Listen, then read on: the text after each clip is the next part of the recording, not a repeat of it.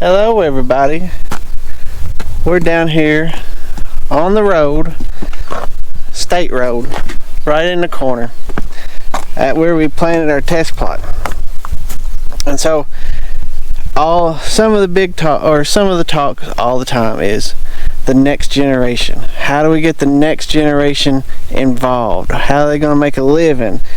Is it sustainable for them? But we've got to let them start doing stuff. And the average age of the farmer is way on up there, and they've got to start letting go a little bit and letting the younger generation do stuff. And I totally agree. And let the younger generation with new technology.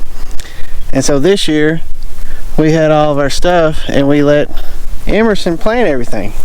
New generation. But you know what happens sometimes when you let new generation plant? Does the camera show those rows? How squiggly they are? Right on the main state road. And then look over there. Look at the gap left. Right on the state road. Gap all the way down the field and squiggly lines. So, younger generation, if we're going to let you take over and do stuff, do this in the back 40. And when you're on the side of the road, make it look all nice, like we made the right decision letting you take over and plant. Because we've got some learning to do here.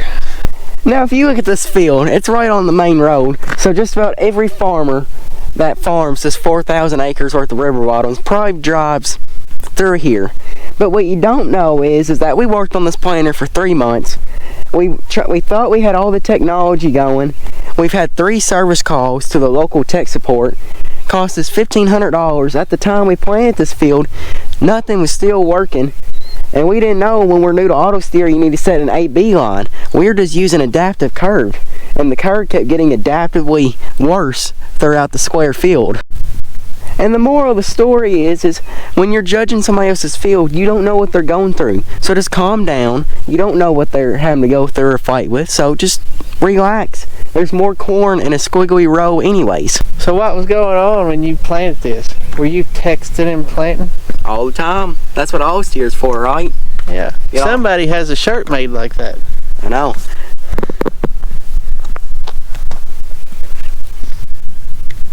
That is in the link in the description. So young people need to go get them so they can be like, this is what happened.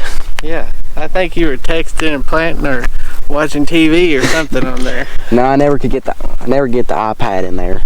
There ain't enough room.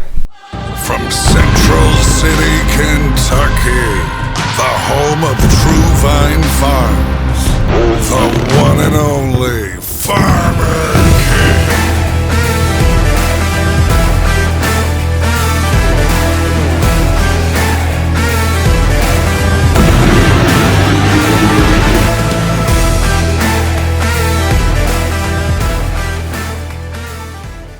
Well, we ain't talked to you guys in a little bit. It's been a rainy, long week.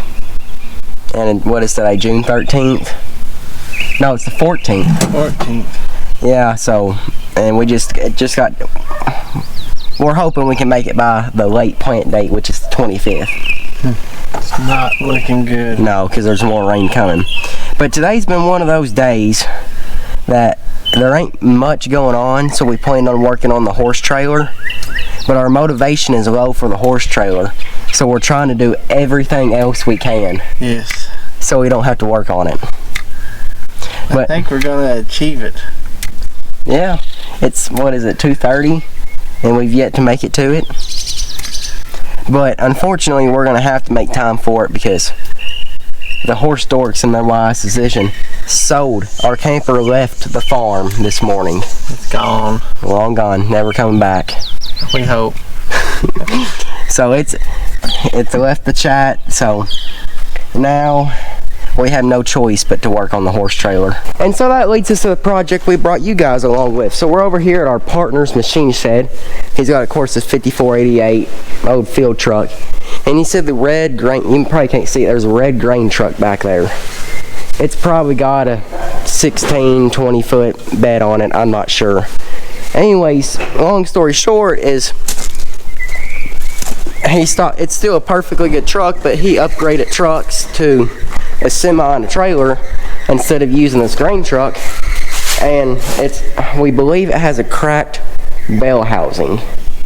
So with that being said, me and my dad are probably going to order a bell housing, and we're just going to use this truck mainly for moving sawdust for the chicken houses and chicken litter.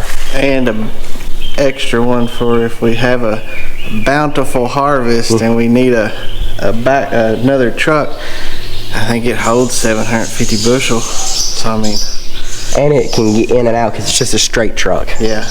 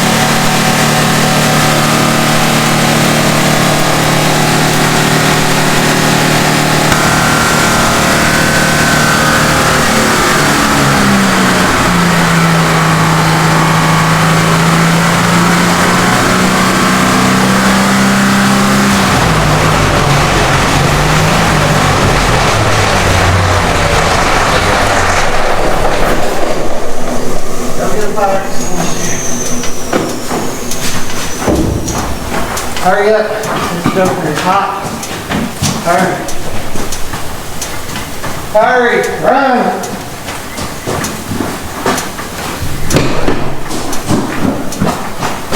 Where's one of the back? I don't know. Look, we need one.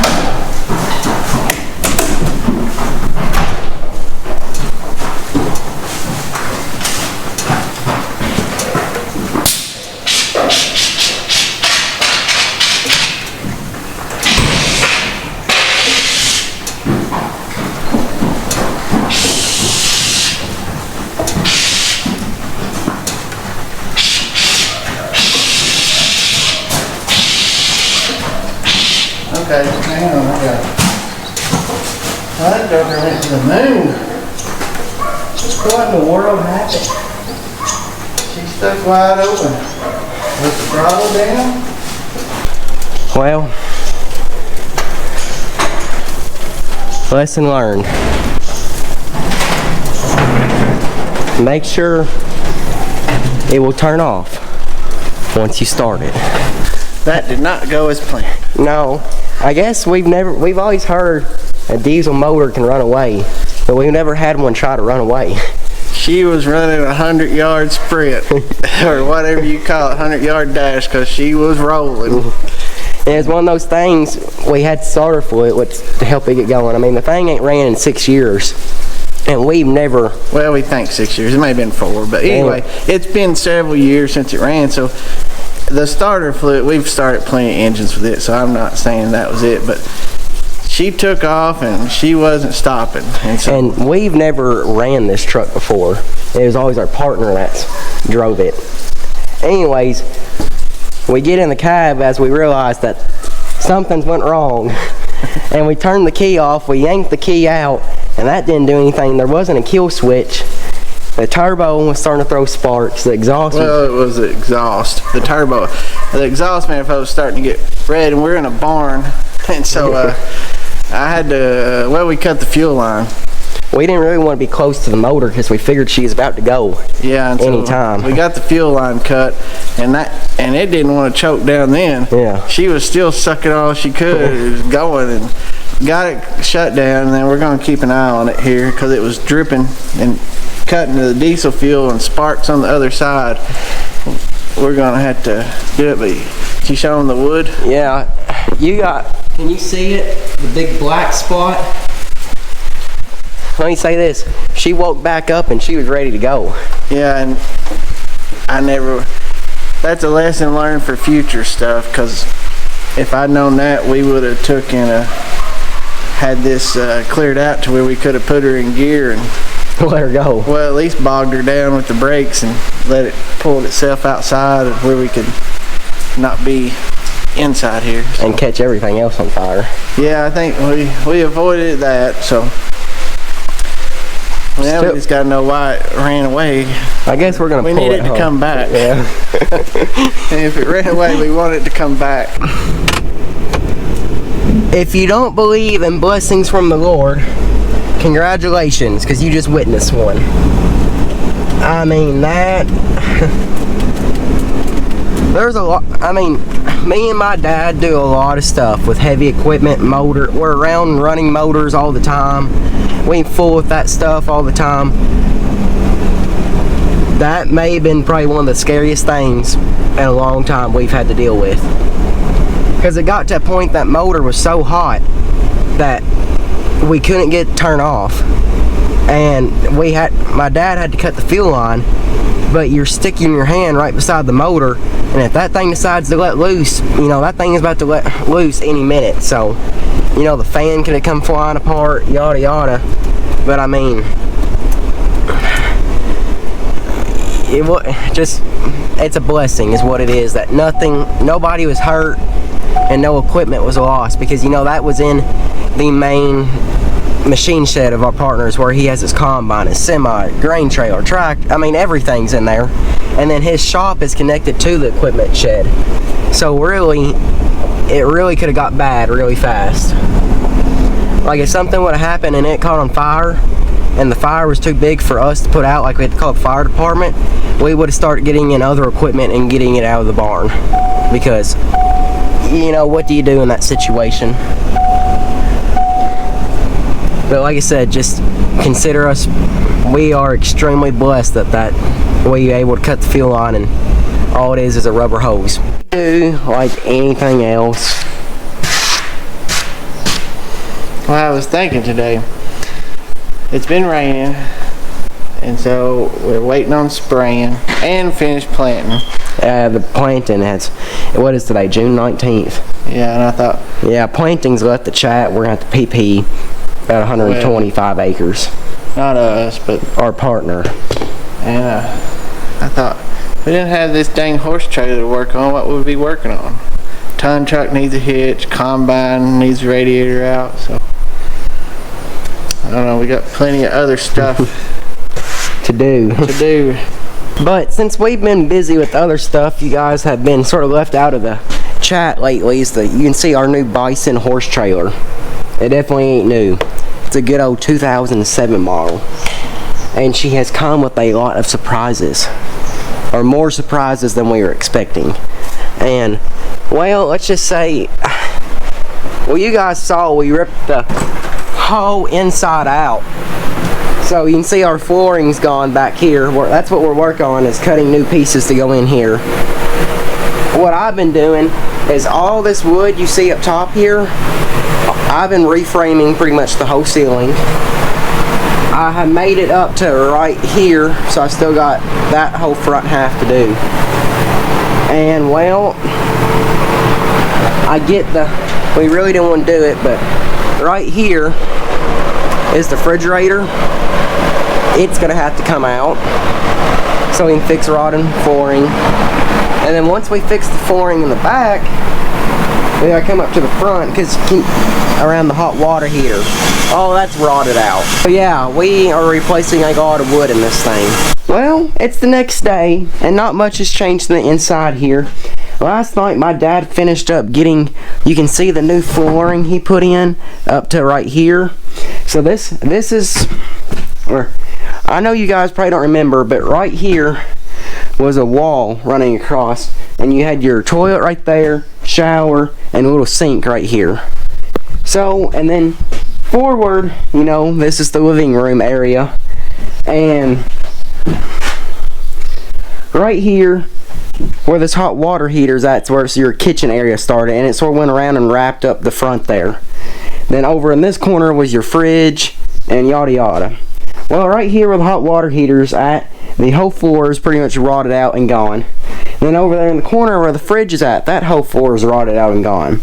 So, with that being said, we buy the plywood, and you know the plywood's 4 feet wide, So there's only one sheet in this trailer that we're not replacing the flooring in, and that is this middle sheet. On both ends there's 2 sheets being replaced. That's not very good, which means we better fix this thing right when we go start resealing everything. And let me add on, me and my dad neither are professional carpenters. We're just good enough to farmer it and make it work. I wouldn't say we get it all the time on the first try. But and of course it's already Friday afternoon, and I've been meaning to work on this trailer all day today, but sometimes I'm a one-man show when my dad is at work, and well, we actually have to farm. We don't have all day to work on a horse trailer. So I've been moving a spray trailer, getting it ready, moved the excavator to its new location, start a new job, blah blah. But look at these new trailer tires we got. We got 6. 4 will go on the trailer, and we have 2 spares. So we have converted all of our trailer tires to this brand. It is a 14 ply. I'm sure you can get different brands, but basically to sum it all up, it's a 14 ply tire, steel constructed.